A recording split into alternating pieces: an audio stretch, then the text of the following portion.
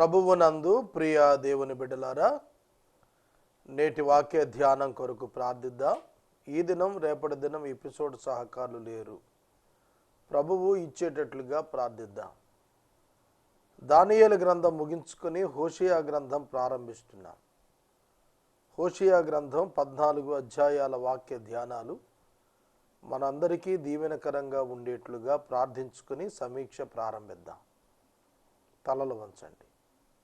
మమ్ములను మిక్కిలుగా ప్రేమిస్తున్న మా ప్రియ పరలోకపు తండ్రి, మీ పరిశుద్ధ ఘన నామమునకు వందనములు, స్తోత్రములు. నేటి వాక్య ధ్యానము మాకు దీవెనకరంగా ప్రసాదించండి. ఎపిసోడ్ సహకారులు లేరు ప్రభు, కృప చూపించి పంపించండి. హోషేయ గ్రంథ ప్రారంభం ముగింపు వరకు కృపనివ్వండి. ఎపిసోడ్ సహకారులను పంపండి. నజరేయుడైన యేసు నామమున ప్రార్థిస్తున్నాము తండ్రి, ఆమేన్. ప్రభువునందు ప్రియ దేవుని బిడ్డలారా, పరిశుద్ధ బైబిల్ గ్రంథములో దానియేలు గ్రంథము అనంతరము హోషేయ గ్రంథమున్నది. పాత నిబంధన గ్రంథం 39 గ్రంథాలు. మొదటి 5 గ్రంథాలు మోషే వ్రాసిన పంచకాండములు, పెంటాచూక్. తదుపరి హిస్టారికల్ బుక్స్, చారిత్రక గ్రంథాలు. తరువాత పొయిటిక్ బుక్స్, గద్య భాగమునకు కూడినటువంటి గ్రంథాలు. తరువాత మేజర్ ప్రొఫెట్స్, తరువాత మైనర్ ప్రొఫెట్స్. మనం ఇప్పటికీ మేజర్ ప్రొఫెట్స్ కంప్లీట్ చేసుకోగలిగాం. పెంటాచూక్, పంచకాండములు, ధర్మశాస్త్ర గ్రంథాలు 5, దాని తర్వాత చారిత్రాత్మక గ్రంథాలు, ఆ తరువాత పద్య గ్రంథాలు, తరువాత పెద్ద ప్రవక్తల గ్రంథాలు ముగించేశాం. ఇక 12 చిన్న ప్రవక్తల గ్రంథాలు ఉన్నాయి. ఇది ఒక 100 పేజీలు, మొత్తం కలిపితే 100-105 పేజీలు. చాలా దివ్యమైన సందేశాలు ఇందులో ఉంటాయి. ఈ ప్రవక్తలు ఏం చెబుతున్నారు? వివిధ రాజుల కాలాల్లో ఈ ప్రవక్తలు జీవించారు. సొలొమోను అనంతరం యెరోబాము పరిపాలనకు వచ్చాడు. యెరోబాము పరిపాలనకు వచ్చిన తరువాత రాజ్యం విడిపోయింది. రెహబాము కింద దక్షిణ రాజ్యం యెరూషలేము ముఖ్య పట్టణంగా చేసుకొని సొలొమోను కుమారుడు రెహబాం పరిపాలించాడు. సొలొమోను సేవకుడు యెరోబాము క్రూరుడు. 10 గోత్రాలను తీసుకొని ఉత్తర రాజ్యం ప్రారంభించాడు. దానిలో అతడు షోమ్రోనును పరిపాలనకు కేంద్ర పట్టణంగా చేసుకున్నాడు. ఉత్తర రాజ్యంలో 19 మంది రాజులు, దక్షిణ రాజ్యంలో 20 మంది రాజులు వచ్చారు. ఉత్తర రాజ్యంలో వచ్చిన రాజులందరూ కూడా వివిధ గోత్రాల నుండి వచ్చిన వాళ్ళు.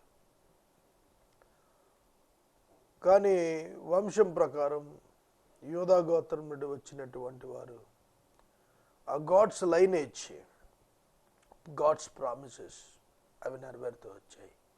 యోధా రాజ్యంలో 19 మంది యోధా రాజులు, 19 మంది ఇశ్రాయేలు రాజులు, 20 మంది యోధా రాజులు. 19 మంది ఇశ్రాయేలు రాజులు చెడ్డోళ్లే, చాలా విగ్రహారాధన ప్రోత్సహించిన వాళ్ళే. దక్షిణ రాజ్యాన్ని పరిపాలించిన 20 మందిలో 12 మంది మంచివారు, చెడ్డవారు 8 మంది మంచివారు. ఓవరాల్గా మనకు సొలొమోను అనంతరం అటు బబులోను చెర, అషూరు చెర, వాటి వద్దకు వచ్చేటప్పటికి మనకు 19, 18, 19, 20, 39 మంది రాజులు పరిపాలించారు. 39 రాజులు యూదులను, ఇజ్రాయేలీలను పాపం వైపు, విగ్రహారాధన వైపు నడిపించారు. ఈ చరిత్ర గ్రంథంలో ఈ రాజుల కాలాల్లో ప్రవక్తలు పనిచేశారు. మేజర్ ప్రాఫిట్స్గా ఉన్నటువంటి యెషయా, ఇర్మియా, యెహెజ్కేలు, దానియేలు, ఈ నలుగురు కూడాను చాలా ప్రఖ్యాతమైన ప్రవక్తలుగా పనిచేశారు. వారితో పాటుగా 12 మంది మిగతా ప్రవక్తలు చిన్న గ్రంథాలుగా వారి ప్రవచనాలు కూడా వాళ్ళు కూడా చెబుతూ వచ్చారు. ఆ ప్రవచనాల్లో హోషేయ ప్రవక్త యెరోబాము 2 అతని యొక్క పరిపాలన ఎందు క్రీస్తు పూర్వము 781-711 మధ్య పరిపాలన చేసిన కాలంలో ఇశ్రాయేలు రాజ్యం యొక్క దౌర్భాగ్యాన్ని వర్ణించటానికి, దాని భవిష్యత్తును వర్ణించటానికి దేవుడు హోషేయ జీవితాన్ని ఒక సాధనంగా ఎంచుకున్నాడు. హోషేయ అనే పదానికి అర్థం సాల్వేషన్, రక్షణ. యెహోషువ, జాషువా అన్నాం కదా. యెహోషువ తెలుగులో, ఇంగ్లీష్ జాషువా. తెలుగులో యేసు, ఇంగ్లీష్లో జీసస్.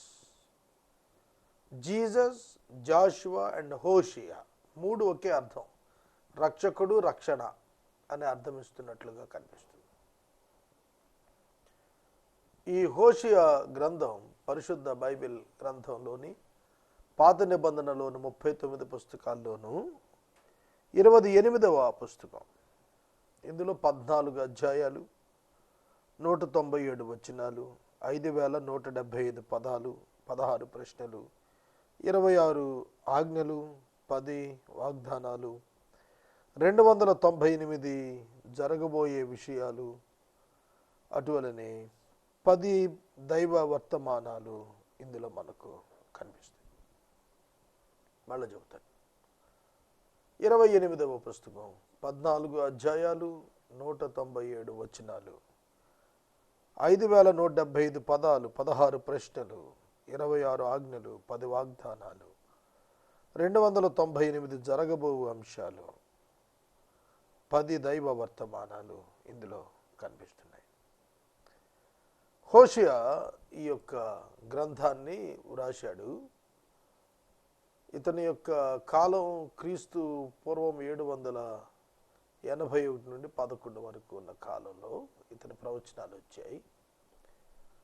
ఇతని ప్రవచనాల యొక్క సారం ఏమిటి అనగా, అష్షూరునకు చెరకపోబోతున్నటువంటి ఇశ్రాయేలు ఉత్తర రాజ్యం, దాని ఫేట్, దాని యొక్క దుర్గతి, వెళ్ళిన తరువాత మరలా దేవుడు దాన్ని జ్ఞాపకం చేసుకోవటం, అపనమ్మకత్వం. ఒక వివాహమైన స్త్రీ భర్తను విడిచి తన పాత విటుల యొద్దకు వెళ్ళి మరలా తిరిగి పిలువబడి సంసారిగా బిడ్డలను కంటూ ఆ బిడ్డలకు పెట్టిన పేర్లతో ఒక సందేశం ఇశ్రాయేలీలకు దేవుడు ఇవ్వాలని ఆశించాడు. సాధారణంగా ప్రాస్టిట్యూట్ని, వేశ్యను వివాహం చేసుకునే అవకాశం బైబిల్లో ఖండించబడింది. ఒక స్పెషల్ మెసేజ్ హోషేయ లైఫ్ ద్వారా దేవుడు ఇవ్వాలనుకున్నాడు. అందుకనే గోమెరు అనే ఒక వేశ్యను, అపనమ్మకస్తురాలు, భర్తకు ఆమెను వివాహం చేసుకుని ఆవిడకి బిడ్డలను కనమన్నాడు. అమ్మి కుమారులు కలిగారు. నా జనం కాదు మరియు నా జనము కాదు మీరు అనే పేరు, మరియు మీరు నా జనం అనే పేరు. రోమాపత్రిక మనకు చాలా తేటగా 9వ అధ్యాయం 25-26 వచనాల్లో నా జనము కాని వారిని నేను జనముగా పిలిచానని చెప్పిన లేఖనం నెరవేరుతుందన్నాడు. ఇశ్రాయేలు మళ్ళా రెస్టోర్ అవుతోంది, చెరకడుతుంది, పునరుద్ధీకరించబడుతుంది. And the final restoration of Israel, క్రీస్తు ప్రభు వచ్చినప్పుడు మళ్ళా ఇశ్రాయేలు ఏ విధంగా ఉనికిలోకి వస్తుంది, అది ఫైనల్ రెస్టరేషన్. 1000 ఏళ్ల పాలనలో అది పాల్గొంటుంది. ఆ వివరాలు హోషేయ గ్రంథంలో ప్రవచనాత్మకముగా చెప్పబడ్డాయి. జరగబోతున్న సంగతులను తెలియచెప్పటమే ప్రవచనం. అలా చెరకెళ్ళటం గురించిన ప్రవచనం, చెర నుండి తిరిగి వచ్చే ప్రవచనం, ఫైనల్ రెస్టరేషన్, యేసు ప్రభు వచ్చినప్పుడు వచ్చేటువంటి restoration and the salvation of his people, ఆ ప్రజలకు కలిగేటువంటి రక్షణను మరియు ఇటర్నల్ బ్లెస్సింగ్స్, నిత్యత్వపు ఆశీర్వాదాలు గురించి, దేవుడు వారికి ఇచ్చేటువంటి ఫర్గివ్నెస్, క్షమాపణ గురించి హోషేయ చెబుతూ వచ్చాడు. దేవుడు తన ప్రజలను కోపం చేత తాత్కాలికంగా విడిచిపెట్టిన మరలా తిరిగి జ్ఞాపకం చేసుకుంటాడని. అంతేకాదు ఆ ప్రజలు పాపం చేసి విగ్రహారాధన చేసి తమ దేవుని విడిచి పరాయి పురుషుణ్ణి చేరినట్లుగా విగ్రహాలను చేరిపోయినప్పుడు దేవుడు ఎంతగానో దుఃఖపడ్డాడు. అది తెలియచేయటానికి హోషేయ జీవితాన్ని సాక్రిఫైస్ చేయించాడు దేవుడు. కొన్ని సందర్భాల్లో మనకు అర్థం కాదు మన జీవితంలో ఎందుకు ఇట్లాంటి పరిస్థితులు దేవుడు అనుమతిస్తున్నాడు అనేది. It is for the sake of the covenant of God and the plan of God. దేవుని యొక్క ప్రణాళిక, దేవుని నిబంధన నెరవేర్పుల్లో మన జీవితాల్లో కొన్ని దేవుడు అనుమతిస్తాడు. అది మనం తప్పక అర్థం చేసుకోవాలి. హోషేయ గ్రంథ వాక్య ధ్యానాలు ఆధ్యాత్మిక పతనము గురించి, మరలా తిరిగి ఆధ్యాత్మికంగా దేవునితో అనుసంధానము గురించి చెప్పబడిన మాటలివి. హోషేయ గ్రంథం 1వ అధ్యాయానికి వెళదాం. దయచేసి చూడండి. ఇందులో 11 వచనాలు ఉన్నాయి. 1వ అధ్యాయం మనం ధ్యానిద్దాము. ఉజ్జియా, యోతాము, ఆహాజు, హిజ్కియా అని యోధా రాజుల దినాలు. 2 Kings 15th to 20th chapters. 2 రాజుల గ్రంథం 15 నుండి 20 అధ్యాయాల మధ్య యోతాము, ఆహాజు, హిజ్కియా అనేటువంటి రాజుల యొక్క కాలం, ఉజ్జియా అనేవారి యొక్క కాలం. ఆ కాలంలో ఒక ప్రక్కన యూదా రాజులు 4 ప్రముఖమైన వారు ఏరుతున్న కాలంలో యెరోబాము 1 వచ్చి ఉత్తర రాజ్యం డివైడ్ అయినప్పుడున్న మొదటి రాజు. అతడి కంటే చెడ్డవాడు వచ్చాడు యెరోబాము 2 తర్వాత. ఈ యెరోబాము 2 దినాల్లో హోషేయకు ప్రత్యక్షమైనటువంటి యెరోబాము ఇశ్రాయేలు యొక్క రాజు. యెరోబాము 2 ఇతని యొక్క పరిపాలన మరింత ప్రమాదకరమైన విగ్రహారాధనతో కూడిన పరిపాలన. అక్కడ దేవుడు నోరు తెరిచి మాట్లాడుతున్నాడు. ఎవరు ఇశ్రాయేలీయులు? నిబంధన జనులు. ఇశ్రాయేలీయులు ఐగుప్తు నుంచి విమోచించబడి గ్రద్ద తన రెక్కల మీద తన బిడ్డను తెచ్చుకున్నట్టుగా తెచ్చుకున్నాడు దేవుడు. కనానుకు చేర్చాడు, ఎర్ర సముద్రాన్ని చీల్చాడు, యోర్దానున ఆరిన నేలను దాటించాడు. అక్కడితో ఆగల. యెహోషువ నాయకత్వంలో స్వాస్థ్యాలు పంచిపెట్టాడు, రాజులను ఇచ్చాడు, వారికి కావలసిందంతా ఇచ్చాడు, మన్నా ఇచ్చాడు, బండ నుండి నీళ్లు ఇచ్చాడు, తన సొంత జనాంగంగా చేసుకున్నాడు, తన భారీగా ప్రకటించాడు. అట్లాంటి గొప్ప ఇశ్రాయేలు, పట్టమహిషునిగా ఉండాల్సిన ఇశ్రాయేలు దేవుని విడిచి వ్యభిచారంలో పడింది, విగ్రహారాధనలో పడింది. దేవుడు దానికి కలిగే అషూరు అనే చెరను గురించి దేవుడు చాలా ఖండితంగా చెబుతూ వచ్చాడు. అషూరుకు పంపించి దేవుడు విడిచిపెట్టలేదు. క్రీస్తు పూర్వం 722లో అషూరుకు వెళ్ళారు. 15వ అధ్యాయం 2వ రాజుల గ్రంథం 15వ అధ్యాయంలో వారు అషూరుకి వెళ్ళిన మాట చాలా స్పష్టంగా రాశాడు. యెరోబాము యొక్క కింగ్స్ ఆ పర్టికులర్ పీరియడ్లో వాళ్ళు ఎట్లా వెళ్ళారనేది చెప్పబడింది.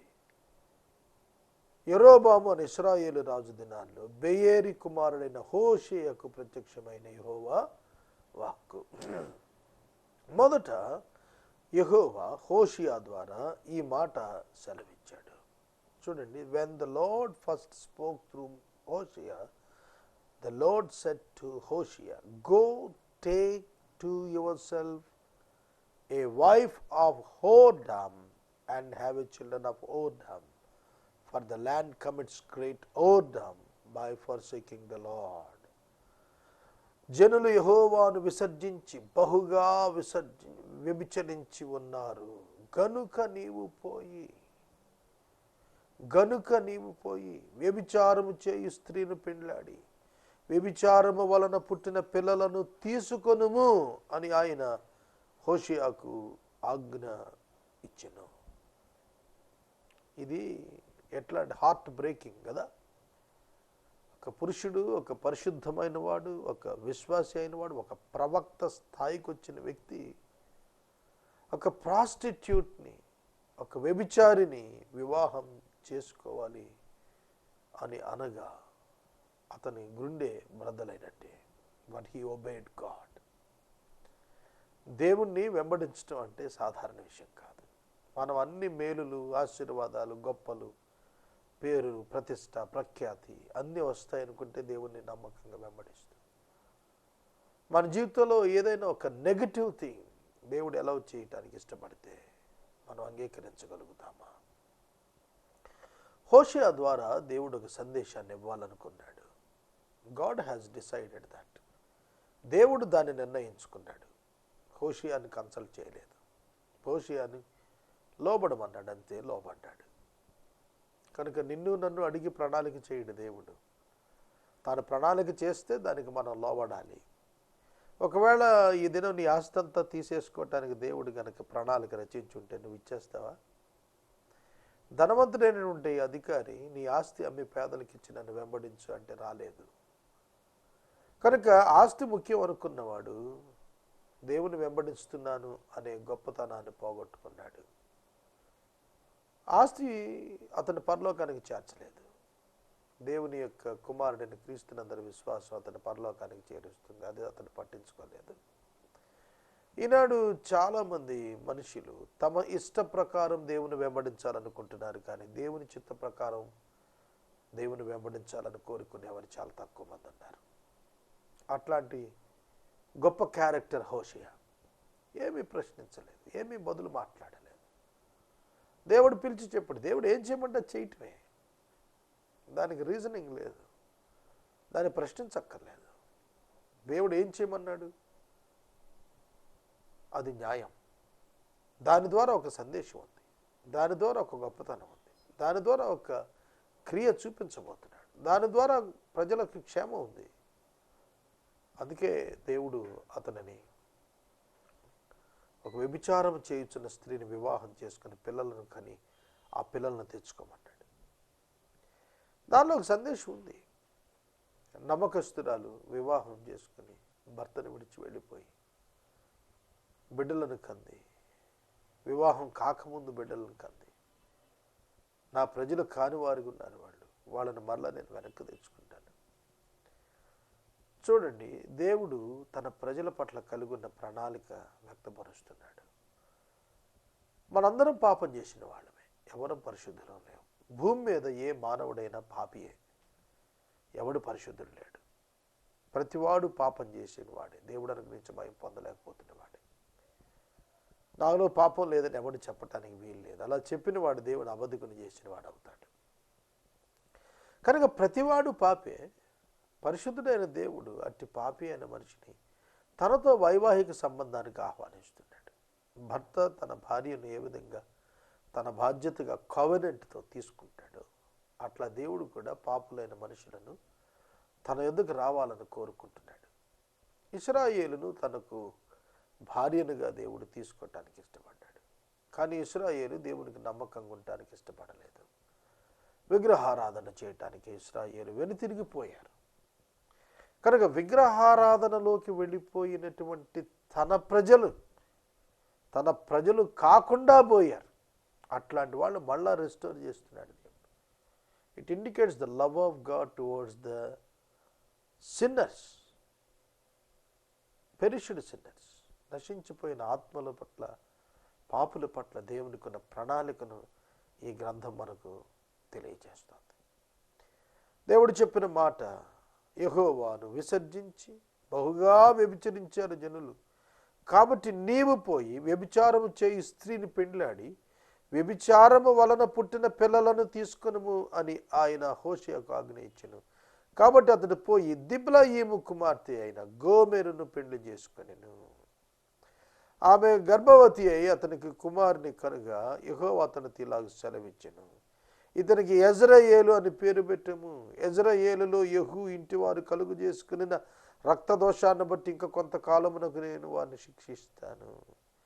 ఇజ్రాయేలు వారికి రాజ్యం ఉండకుండా తీసేస్తాను. ఆ దినమున నేను యెజ్రెయేలు లోయలో ఇశ్రాయేలు వారి విల్లు విరిచేస్తాను. ఒక కుమారుడు పుట్టాడు. యెజ్రెయేలు పుట్టినప్పుడు దేవుడు ఒక సందేశాన్ని ఇక్కడ ఇస్తున్నాడు. ఆ సందేశం ఏమిటంటే, నా ప్రజలను వారి దోషాన్ని బట్టి నేను శిక్షించి రాజ్యంలో లేకుండా చేస్తాను. యెజ్రెయేలు లోయలో ఇశ్రాయేలు వారి యొక్క అధికారాన్ని నేను విరిచేస్తాను. తర్వాత మరలా ఆవిడ గర్భవతి కుమార్ని కన్నప్పుడు దీనికి లోరుహామా అనగా జాలి పొందనిది అని పేరు పెట్టు. ఇక మీద నేను ఇశ్రాయేలు వారిని క్షమించను, వారి ఇలా జాలి పడను, కానీ యూదా వారి పట్ల జాలి పడతాను. విల్లు, ఖడ్గం, యుద్ధం, రౌతులు అని వాటి చేత కాక యెహోవా దేవుడిని యెహోవా చేతనే వారిని రక్షించుదును. క్రీస్తు పూర్వం 722లో అష్షూరుకు ఇజ్రాయేలు 10 గోత్రాలు చెరకెళ్తుంటే ఇమ్మీడియట్గా వారితో పాటు చెరకు వెళ్ళకోకుండా యూదా వారిని కొంతకాలం దేవుడు ఆపాడు.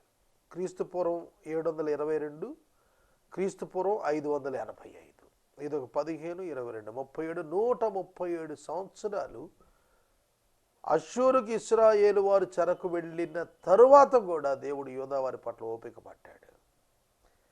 యూదాలో వచ్చిన 20 మంది రాజుల్లో చాలా భయంకరమైన విగ్రహారాధన లేపారు వాళ్ళు కూడా. యోధావారు కూడాను ఇశ్రాయేలును మించినటువంటి భయంకరమైనటువంటి విగ్రహారాధన చేసి బబులోనుకు వారు చెరకు కొనిపోబడ్డారు.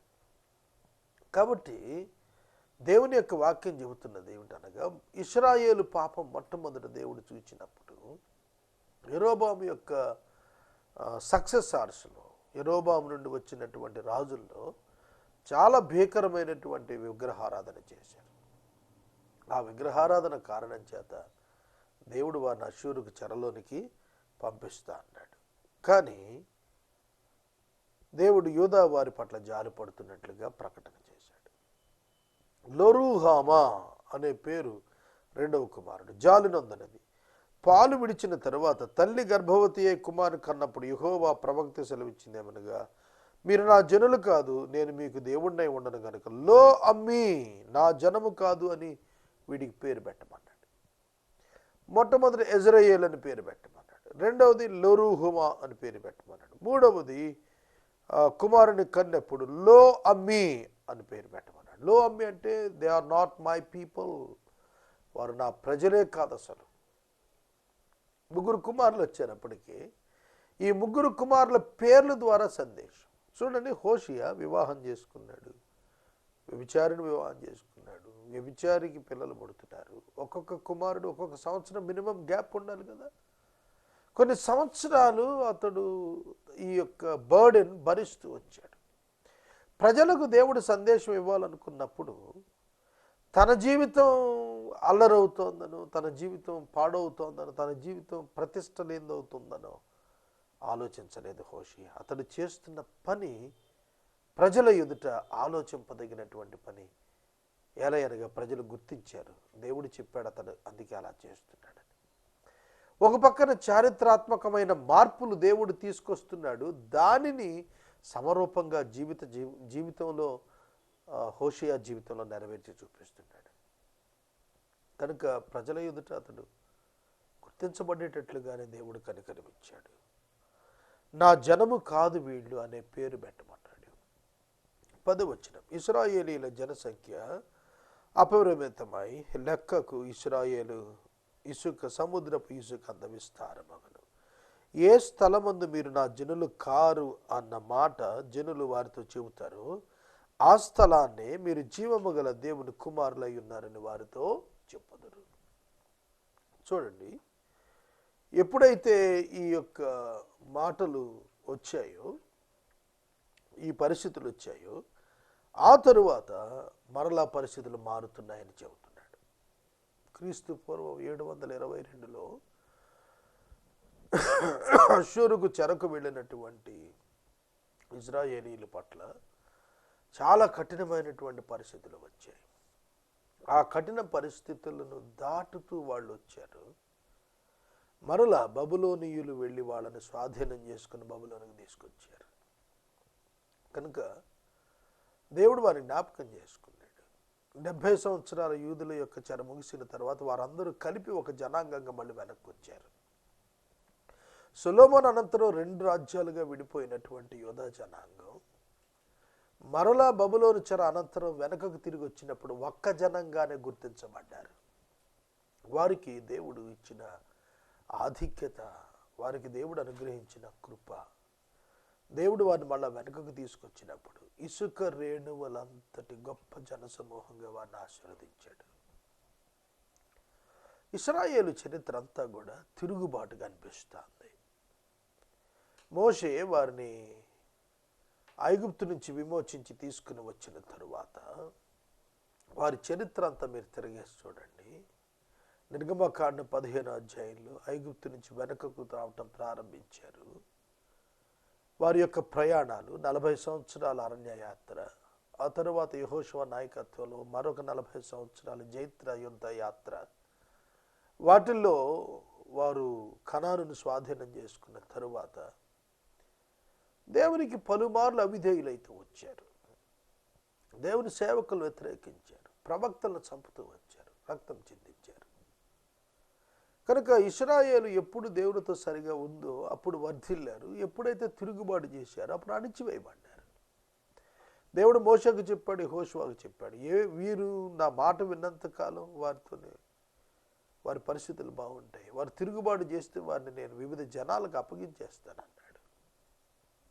దేవుని యొక్క ఆజ్ఞలను మీరి వారు ఎప్పుడైతే విగ్రహారాధన వైపు మొగ్గు చూపారో వారిని దేవుడు దాస్యానికి అప్పగిస్తూ వచ్చాడు. కనుక దేవుడు తన ప్రజలకు ఇస్తున్న సందేశం, ఆ కావెనెంట్ పర్ఫెక్ట్గా మెయింటైన్ చేయాలి. అది కండిషనల్ కావెనెంట్. షరతులతో కూడిన ఆశీర్వాదాలు దేవుడు వారికి ఇచ్చాడు. యోధావారును ఇశ్రాయేలు వారిని ఏకంగా కూడుకొని తమ పైన ఒక్కడే ప్రధాని నియమించుకొని తామున్న దేశంలోని బయలుదేరతారు. ఆ ఇజ్రాయేలు దినం మహాప్రభావం గలదిగా ఉంటుంది. కోరేషు యొక్క నాయకత్వంలో క్రీస్తు పూర్వం 585లో వాళ్ళందరూ కూడా వెనకకు తిరిగి వస్తున్నారు. ఇది మహాప్రభావంతో కూడిన దినంగా వర్ణించాడు. మనకు బైబిల్ గ్రంథంలో 70 వారాల యొక్క చరిత్ర 490 సంవత్సరాల చరిత్ర జ్ఞాపకం చేస్తుంది. 490లో 483 సంవత్సరాల చరిత్ర పాత నిబంధనలోనే రికార్డుగా కనిపిస్తుంది. కనుక ఈ రాజుల యొక్క కాలపు చరిత్రలో మనం ప్రాముఖ్యంగా గమనించాల్సింది ఏమిటనగా దేవుని వాగ్దానాలు నెరవేరుతూ వచ్చాయి. దేవుని యొక్క ప్రణాళిక స్పష్టంగా కనబడుతూ వచ్చింది. ఇశ్రాయేలీయులకు ఒక సందేశం ఎప్పటికప్పుడు ఇవ్వబడుతూనే ఉంది. దేవునికి లోబడండి, దేవునికి లోబడండి, దేవునికి లోబడండి, తిరిగి దేవుని యొద్దకు రండి. That is the message. తిరిగి దేవుని దగ్గరికి రండి. ఇంకో హోప్ఫుల్ వర్డ్ ఏంటంటే, నేను వారిని వెనక్కి తీసుకొస్తాను, వారిని స్థిరపరుస్తాను, వారిని దీవిస్తాను, వారిని ఒక జనంగా చేస్తాను, వారికి ఒక అధిపతిని ఇస్తాను, వారి ప్రభావం గల దినాలను వాళ్ళకి ఇస్తాను, వారు సంతానం వర్ధిల్లుతారని చెబుతున్నాడు. వారి పాపాన్ని బట్టి ఖండించిన తన కనికరాన్ని బట్టి ఇశ్రాయేలీయులను మరలా తిరిగి జ్ఞాపకం చేసుకుంటాననే సందేశం హోషియా ద్వారా ఇచ్చాడు. రేపటి దినంలో 2వ అధ్యాయము మనం ప్రారంభిద్దాం. ఎపిసోడ్ సహకారులు కావాలి, దయచేసి ముందుకు రండి, ప్రార్థించుకుందాం. ప్రార్థన. మమ్మలను మిక్కిలిగా ప్రేమిస్తున్న మా ప్రియ తండ్రి, వందనాలు, స్తోత్రాలు. వాక్యము విన్న బిడ్డలను దీవించుము. హోషియా గ్రంథం అనుదిన వాక్య ధ్యానాలకు ఎపిసోడ్ సహకారాలను పంపండి. ఈ మాసాంతం వరకు సహకారాలను పంపించండి. ఘనత, మహిమ, ప్రభావాలు మీరే పొందండి. మా రక్షకుడైన యేసయ్య ద్వారా అడుగుచున్నాం తండ్రి, ఆమేన్. తండ్రి అయిన దేవుని ప్రేమ, కుమారుడైన యేసయ్య కృప, పరిశుద్ధాత్మ దేవుని యొక్క అన్యోన్య సహవాసం సదాకాలం మనందరికీ తోడైయుండును గాక. ఆమేన్.